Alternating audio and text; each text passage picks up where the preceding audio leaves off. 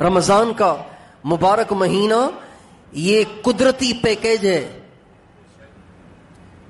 ربانی package ہے، اللہ کا دیا ہوا پیکیج ہے کہ اگر کوئی گنہگار بہت بڑا گنہگار ہے اور رمضان کے علاوہ اس کو امید نہیں ہے کہ اس کے گناہ بخشے جائیں، تو رمضان کا مہینہ ایسا ہے، اگر وہ رمضان کے روزے رکھ لے گا اور رات کی تراویح پڑھ لے گا تو چاہے وہ کتنا بڑا پاپی کیوں نہ ہو، کتنا بڑا مجرم اور کتنا بڑا گنہگار کیوں نہ ہو، اللہ اسے معاف کر دے گا۔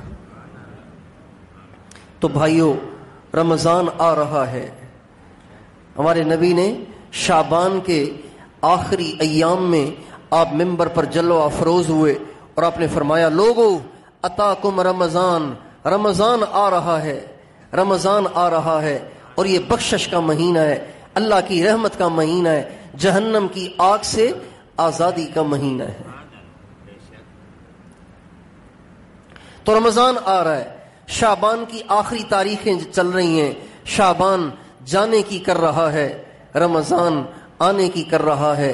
خوش نصیب ہوں گے وہ لوگ جو اس رمضان کا موقع پا کر اپنے روٹھے ہوئے اللہ کو منائیں گے، تراویح پڑھیں گے، رمضان کے روزے رکھیں گے اور مسجدوں میں اوقات گزاریں گے، قرآن پاک کی تلاوت کریں گے، درود پاک کی کثرت کریں گے، اللہ کو یاد کریں گے، اپنے آپ کو گناہوں سے بچائیں گے، وہ لوگ بڑے خوش قسمت ہوں گے۔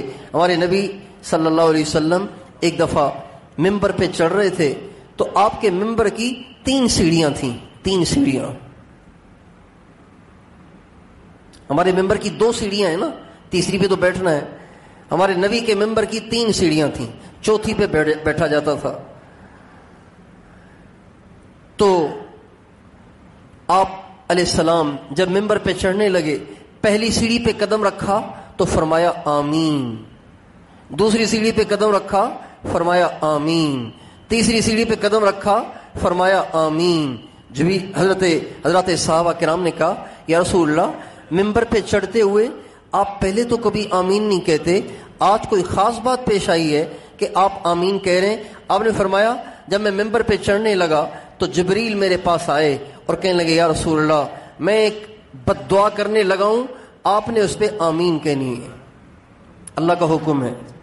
میں ایک بد دعا کرنے لگا ہوں، آپ نے اس بد دعا پہ آمین کہنی ہے۔ اب اللہ کا حکم آ گیا، نہ کی تو گنجائش ہی نہیں رہی، نہ کی تو گنجائش ہی نہیں رہی۔ چنانچہ آپ علیہ السلام نے جب ممبر پر قدم رکھا تو جبریل علیہ السلام کہنے لگے، جو آپ کا نام سنے اور آپ پر درود نہ پڑھے، اللہ کرے وہ ہلاک ہو جائے۔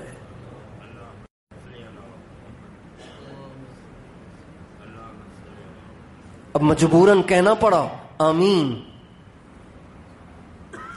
پھر انہوں نے کہا، یا رسول اللہ،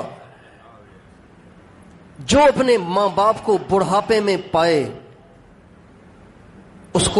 اس کے ماں باپ کو اتنی عمر مل گئی کہ اس کی زندگی میں اس کی ماں اس کا باپ دونوں یا ان میں سے کوئی ایک بڑھاپے کو پہنچا اور اس بد نصیب نے ان کی خدمت کر کے ان کی دعائیں نہ لیں اور ان کی دعاؤں کے ذریعے اللہ سے گناہوں کو نہ بخشوایا، تو دعا کریں اللہ اسے بھی ہلاک کر دے۔ مجبوراً آمین کہنا پڑا۔ پھر کہا، یا رسول اللہ، جیسے رمضان کا مہینہ ملا، رمضان کا مہینہ 30 روزے اور 30 رمضان کی راتیں اور رمضان کے 29 روزے اور 29 اس کی راتیں، اتنی تراویاں، اتنے روزے، اتنے مواقع، اتنی افطاریاں، اتنی سحریاں، اتنے قبولیت کے مواقع اسے ملے، لیکن اس نے اپنے گناہوں کو نہ بخشوایا، اللہ کرے وہ بھی ہلاک ہو جائے۔ مجبوراً آپ نے کہہ دیا آمین۔ اب بتائیے، جو رمضان کے مہینے کو قیمتی بنائے گا وہ کتنا خوش قسمت ہے، اور جو رمضان کے مہینے کو بھی ضائع کر دے گا وہ کتنا کم قسمت ہوگا، کتنا بد نصیب ہوگا، کتنے بڑے گھاٹے اور خسارے میں ہوگا۔ اس لیے رمضان آ رہا ہے، اللہ کی رحمت کا مہینہ اور گناہوں کی بخشش کا مہینہ اور جہنم کی آگ سے آزادی کا مہینہ۔ تو سب سے پہلی بات تو یہ ہے کہ میں اور آپ یہ عزم کریں کہ اس رمضان میں اللہ کو راضی کرنا ہے.